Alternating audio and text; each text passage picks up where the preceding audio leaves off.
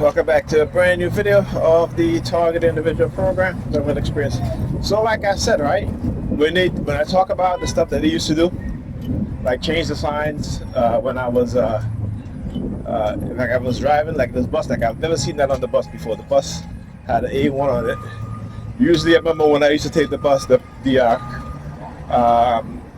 Coney Island bus, I forgot the number of the bus. They used to have CIA on it, right? They changed it to CIA, all right? You know, usually it's Coney Island Avenue, right? They change it to CIA. Now, no other buses, you know, whichever bus you're taking, it doesn't abbreviate the words or the words or what have you, right? It always have the name on it, right? It always have the name on it, and shaking his keys, yeah, whatever, motherfucker. Right? It never have the abbreviation on it. It'll have the name, right? But they'll do stuff like that. Why? Because they're trying to prevent me from doing certain things. Listen, when it comes to my kids, you know, I'm not. Here's the thing. Again, understanding how they cause gender wars between black men and black women, and our women fall for it. This is why our women behave the way that they behave, right? It is a subconscious programming, right, based off of external manipulation, right? And they're fully aware of it. A lot of them are fully aware of it, but because they are getting some monetary gains from it, they're not going to say anything, right? Unlike me and unlike men. Men are not that hang up on material things. I mean, if you have the money to get the things, yeah. We're not like women. No man ain't flying out to Dubai to some wealthy woman's house to get pissed on and shit on, you know, for a good time and to be, you know, if you're sleeping with a whole bunch of women, that wouldn't be an issue. You know what I'm saying? You know, but women are getting paid to go to Dubai, right? Sleep with, you know, a whole bunch of these Arab men. Okay, get pissed on and crapped on, you know, and to go shopping, a $10,000 shopping spree. You know what I'm saying? That's the shit that our women do. Okay, men don't do shit like that. And particularly when you're dealing with women who are, you know, who are poor, working class. You know, again, poverty is the biggest initiator of not only crime, but also mental illness, right? And so you have to understand that they weaponize these things against us. And we have to understand that, You know, as he just walked past me, he does the upside down peace sign. Oh, look at this clown! Look at this clown! Look at him! See the hand signals? See the hand signals that they do? I gotta laugh because all of this is what happens every time I gotta go somewhere. They will engage in psychological coercive threats or psychological coercive persuasion in order to try to stop me from going. Right? Like I said, I've been through this shit too many times, studied it too many times. So when they are doing this now and they see that it's not affecting me, you know, there was a New York Predator Department vehicle going that way, but I was more focusing on what he was doing with the two of them, right? And again, you see the blue suit, right? So the color blue today, they're using the navy blue. See as she walks with the navy blue suit. What does she do? What does he do? Look. Right? So this is what they do, and I've studied every aspect of how they target me. From remote neural monitoring, from being hit with radio wave, microwave frequency, particularly the people around me and how they behave. Like for example, as I was about to leave, I said, let me make some tea. I had made some tea, and my sister came in, and she in the hallway there's like there's the iron. So she came in with her grandson. Literally stopped in front of the iron as I was in the kitchen, waited for me to come out the kitchen, only so that I can see her stare at the iron. You know what I'm saying? Like, you know, and what they do, they use cultural references, right, to engage in these threats because they know our culture. They help create our negative culture. And I'm talking about the CIA. Negative black culture is not created by black people. It's created by white supremacists, created by those within the CIA, those within the Predator Department in America. Whenever you see the negativity of black people and black culture, that is a creation of the U.S. government, right, and its security agencies and law enforcement agencies. Okay, that's why they promote negative black culture. That's why they promote the hypersexualization of our women. They don't do that with any other group of people, except for black women. You know, yeah, you might have one or two other groups of women thrown in the mix, right? But they are a very small minority of women who will engage in that sort of behavior. Okay, because let me tell you something.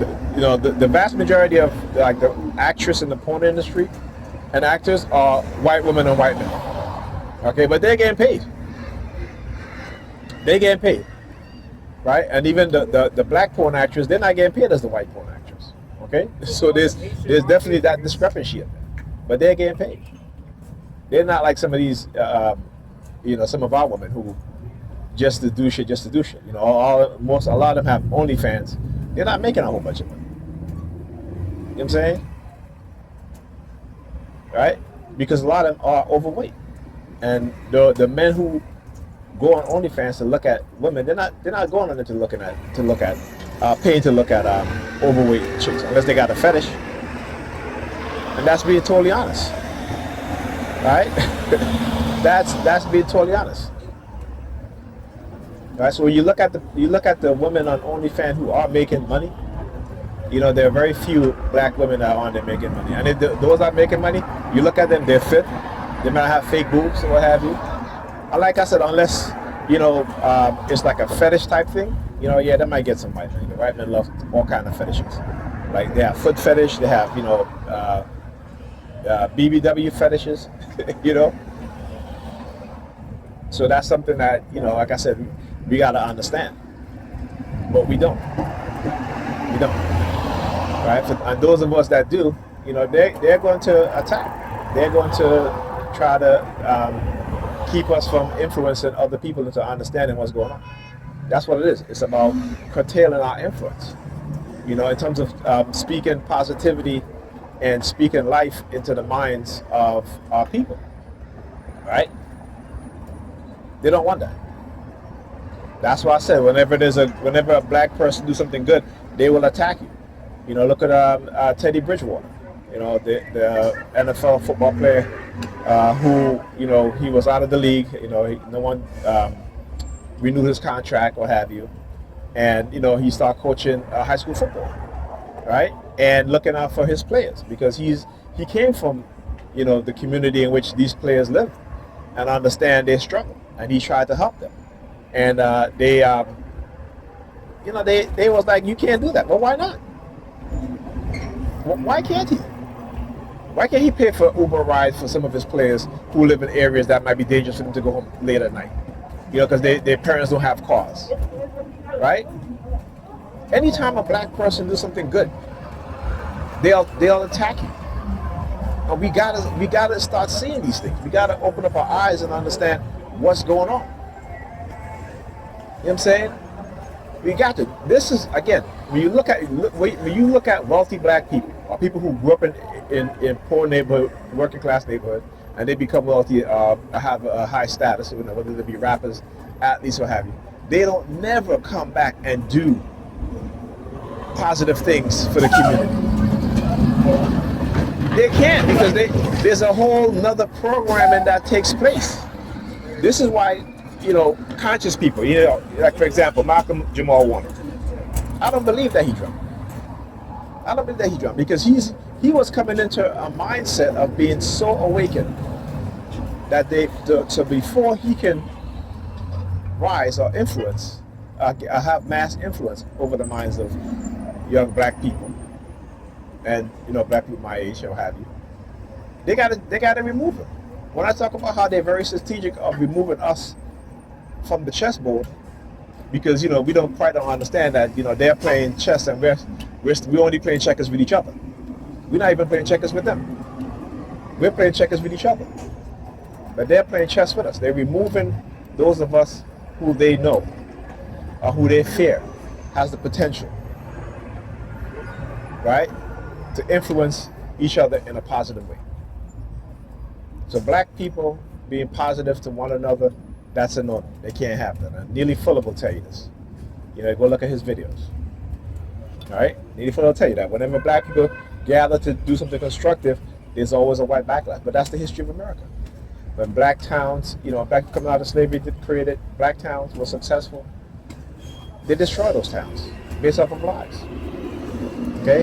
The black organization got together to uplift each other. Look at the black churches. Look what they've done to the black churches.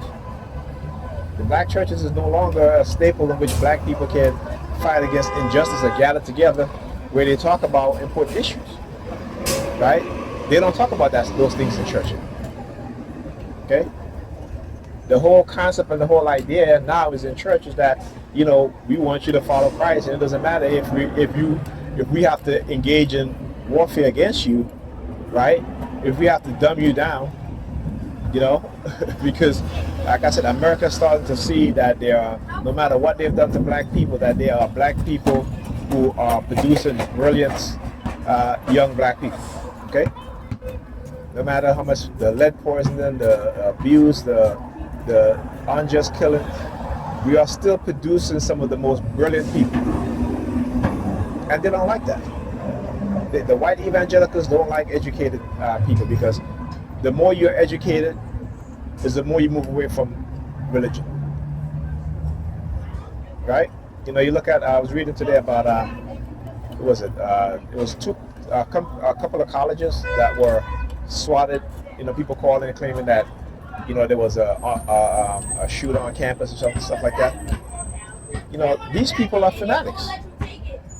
Right? These people are fanatics. Their war is also on education. That's what it is. And that's what you have to understand. And now this bus is taking a really long time to come. Let me see if that's it right there. Shit, I might not even get to the school on time the way I have to wait for this damn bus. Right? But yeah. Right? So, you got to understand what's going on. You have to understand what's going on.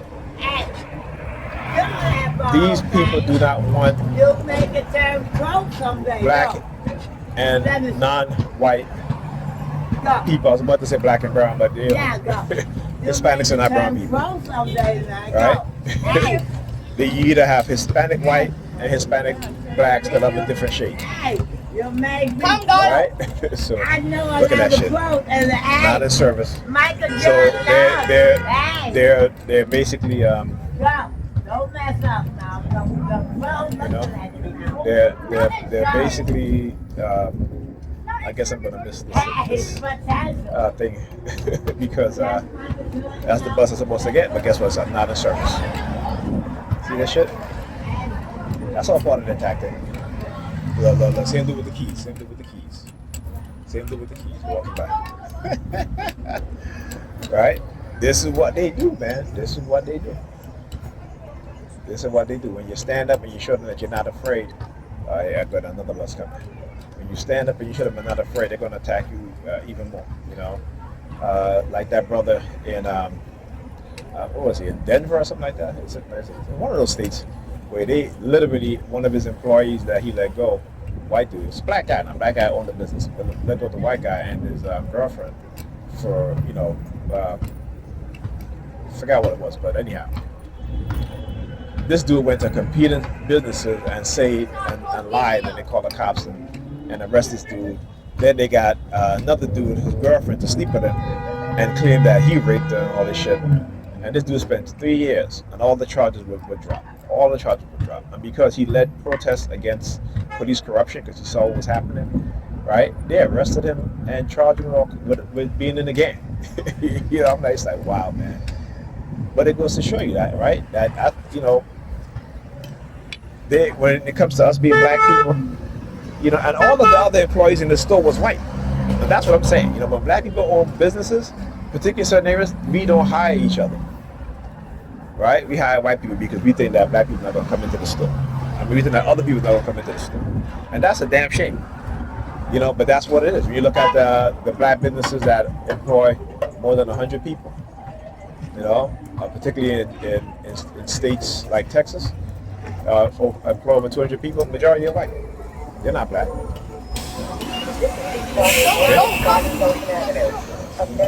Oh, shoot. Oh, it's too much space there, no.